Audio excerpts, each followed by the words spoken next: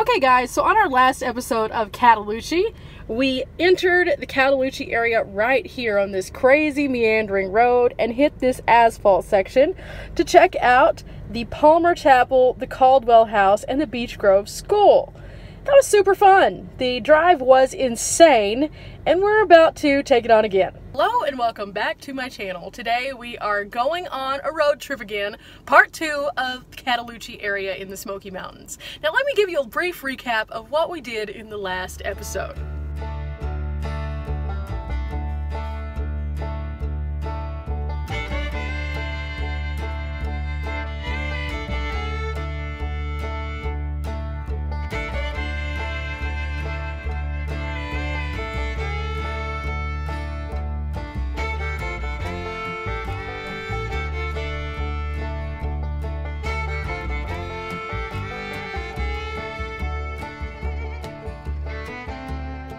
The entirety of that adventure, it took us about 3 hours, and it was a nice hike. I want to say it was probably a couple of miles, maybe more. The path is pretty rocky, so I wouldn't recommend coming out here if you don't feel stable in your feet or your step, and if you do come, bring like a hiking stick or trekking poles if you want a little extra support. There were people out here of all ages hiking around though, so it's definitely doable. I would just make sure you have enough time and some good shoes. So with that said, we are about to take on a different portion of the Cataloochee area. Now, I'm not sure what we're gonna find on this section. I have no idea, but I had a thoroughly good time on the first portion of this trip. So right now, let's roll the intro and get back to the Cataloochee Valley.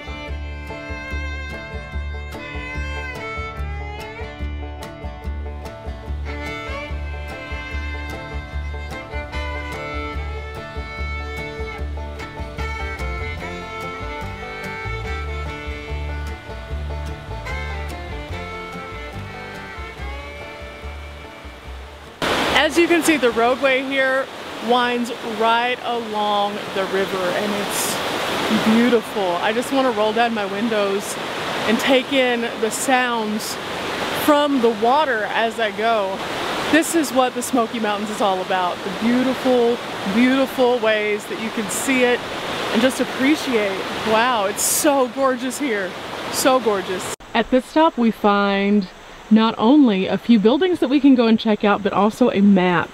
And it tells us very clearly where we are and where we're going. So along this path, you'll see lots of little dots that would tell who would have had these properties and then also what they would have been known as. So this green line right here is the road that we are currently on. And then along that road, they have some historic photos that would have taken place along this roadway. Field workers, the official Nellie post office. This is the George H. Caldwell family, and then the Palmer Chapel, which was a Methodist church. We did see that in the distance yesterday. Now this particular green roadway that we are actually on was once known as the Cataloochee Turnpike and was used from 1835 to 1940 as a major thoroughfare. What's along this way? We will only find out today. I'm really excited about it, and it looks like a wonderful place to explore with a couple of buildings on it. So let's find out more. There are very large homes here. This yellow one is smaller than the Caldwell home that we saw yesterday, but still a pretty decent size. And then this looks much more modern and also a little smaller. So let's go a little closer to this one. It has an enter sign, but I'm not sure if they actually are open today or not. I guess we'll find out. Oh, it is open, so we can come inside and learn a little bit more about this area. Now typically when the world isn't weird, there's a few more programs that are offered out here, but right now they are actually doing some work on those programs during this time of the unpleasantness. So we can come into the buildings here and see some of the older displays that they have available. And these things are fascinating. The photos that they have up here not only are labeled with who they were, but what they are.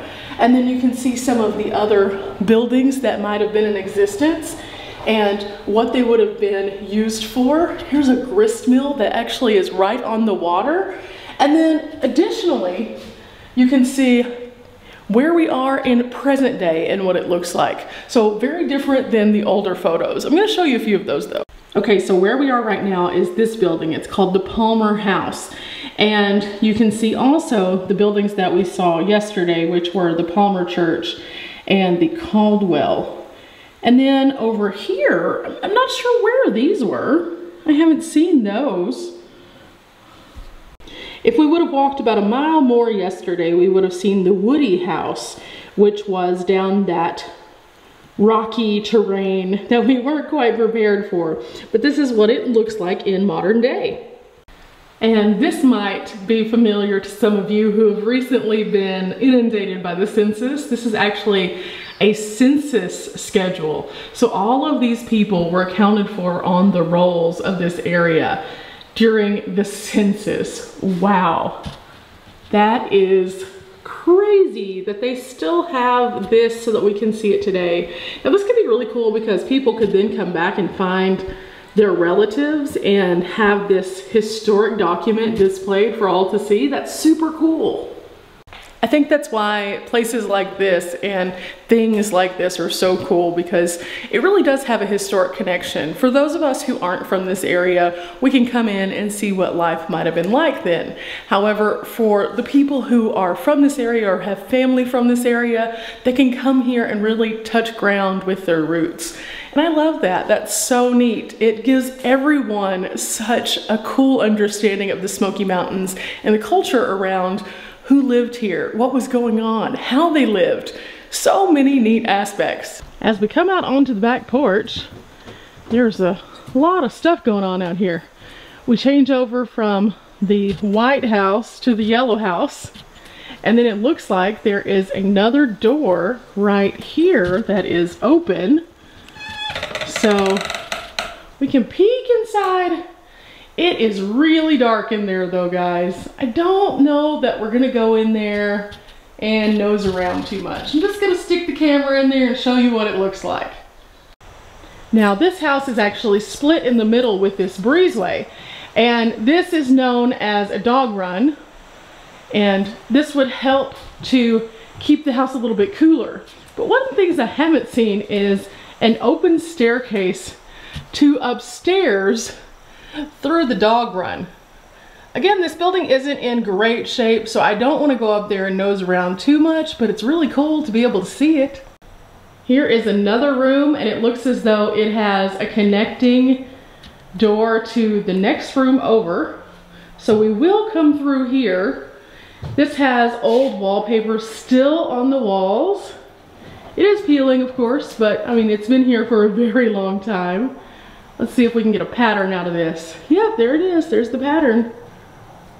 And in here you have the hearth, which was one of the focal points of the home. It would keep the home warm, but they would also use it a lot of times to cook with. Now, I'm not sure if this particular one was used to cook with or not. It's kind of a smaller hearth, but in a lot of these homes, they did use these for a variety of different reasons.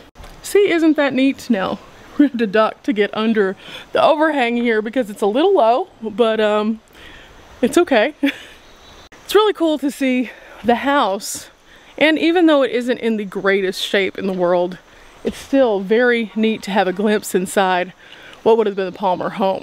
Now, as we go over here, I think that we have a spring house, I believe, over here. We're going to put our sunglasses back on because the light hurts my eyes. Okay? Yep, guys, this looks like it is the spring house. And look at that roof, it's growing moss. Now, most of the spring houses had a little trough that was kind of like this, and the water would pipe in from the water source, which happens to be right behind us. And then it would come down here and it would fill this room up so that they could have water, and then also so they could chill things. So it was kind of used like a little refrigerator.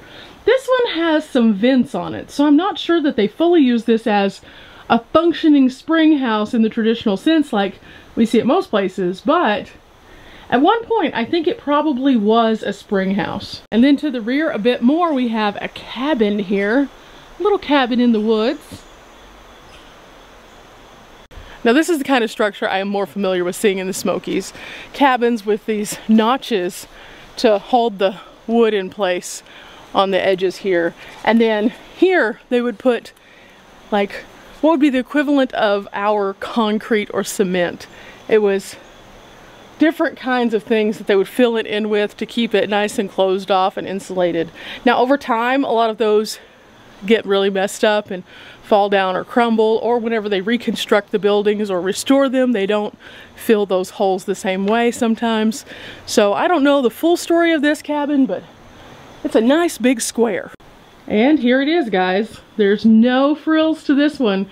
There's not even as much as a fireplace in it. Now by the 1900s, there were approximately 700 to 800 people who lived in this area.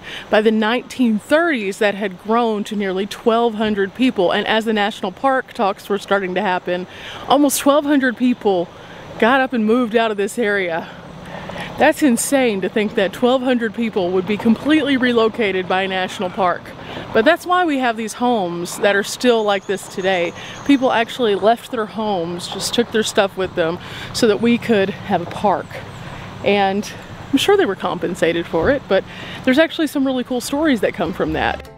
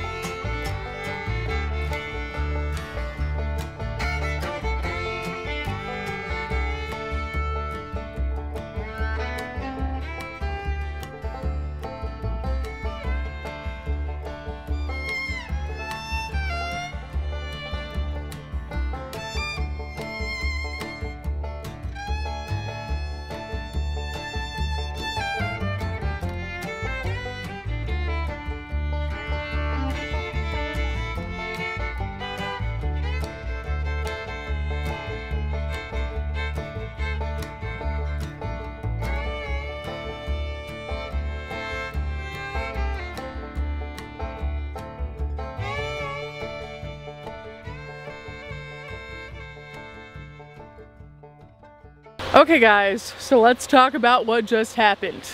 I try to keep it extremely brutally, honestly real with you guys at home so you can understand the struggles that sometimes go along with travel.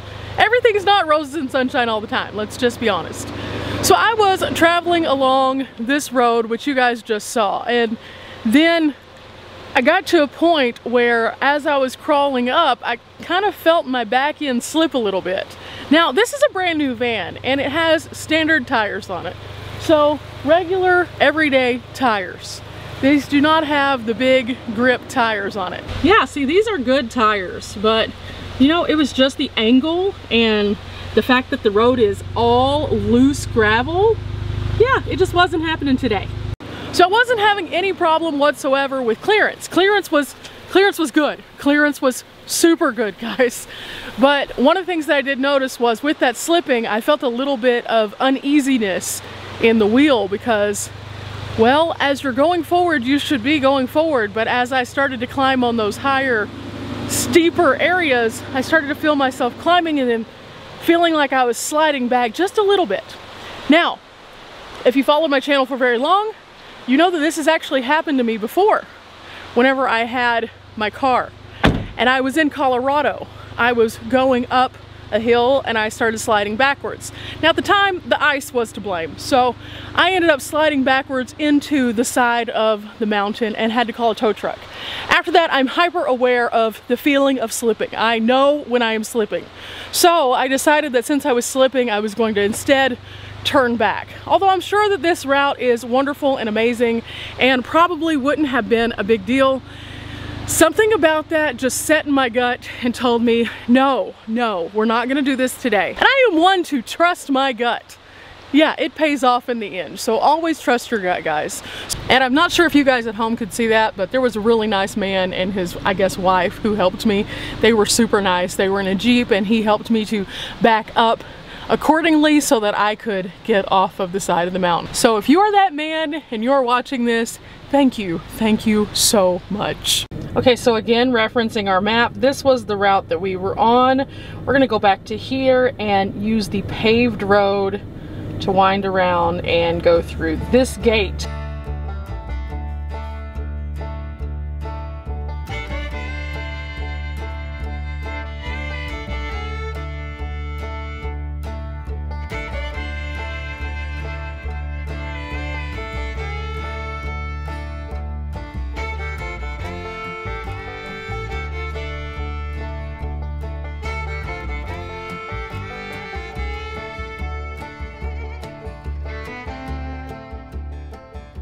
Oh, this is the gate that I saw earlier.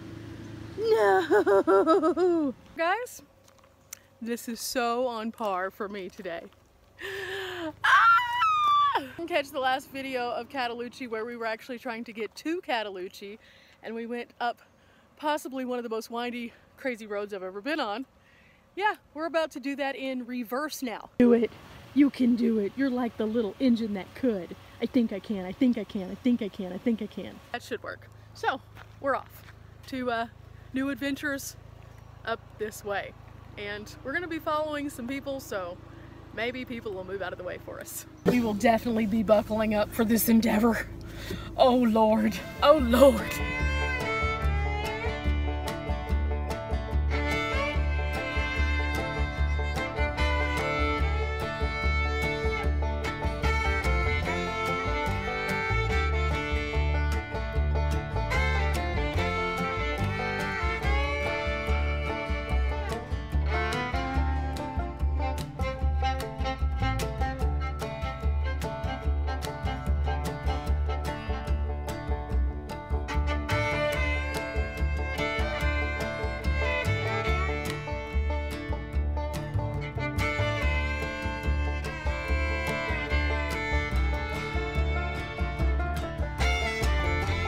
Okay guys, so let's talk about it a little bit while I am still driving down.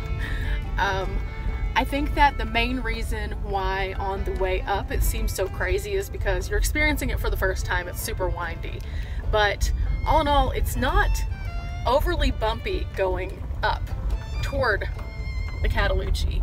Now on your way back out of Cataloochee though, it's very bumpy. You notice the bumps twice as much. And I think that that is a lot of different reasons that can go into that. The first would be of course wash. Wash is gonna go and really erode the road, and as you're going back upwards you're going to feel it more because you're facing it head on trying to go up. The other reason is because a ranger actually told me this one. People bring rigs down there that aren't really the right kind of rigs for the road. So they're bringing like large style RVs down there and they're too heavy. So what they're doing is they're putting a lot of like pressure on the road, and in the areas that it's starting to get super bumpy because of wash, it really erodes them out and makes them really bad. So it makes it even worse the next time that it rains. So going back out, you feel every one of those bumps. Made it back to regular pavement and I've never been so happy in my life. The road is still narrow, but we each have our own lane now, which is a huge accomplishment from a while ago. And so all in all, I think that this has been a really interesting excursion today. We were able to see some super cool things, learn a little bit more about the Smoky Mountains, and see that there are certain roads that truly are an adventure all in their own. I think that we took on an auto tour today thinking, oh, that's not going to be that big of a deal. It's going to be a little bit more remote because, you know, there's a few winding, crazy roads. And in fact, we determined that not all roads are good roads for us, at least. Now, I hope that you have enjoyed coming along and seeing the crisis that is my life on a regular basis. Some days it's a great day, some days it's a weird day. It takes both to have a good adventure, so if you've enjoyed today's video, please make sure that you do leave a like and comment your weirdest thing that's happened to you on your travels.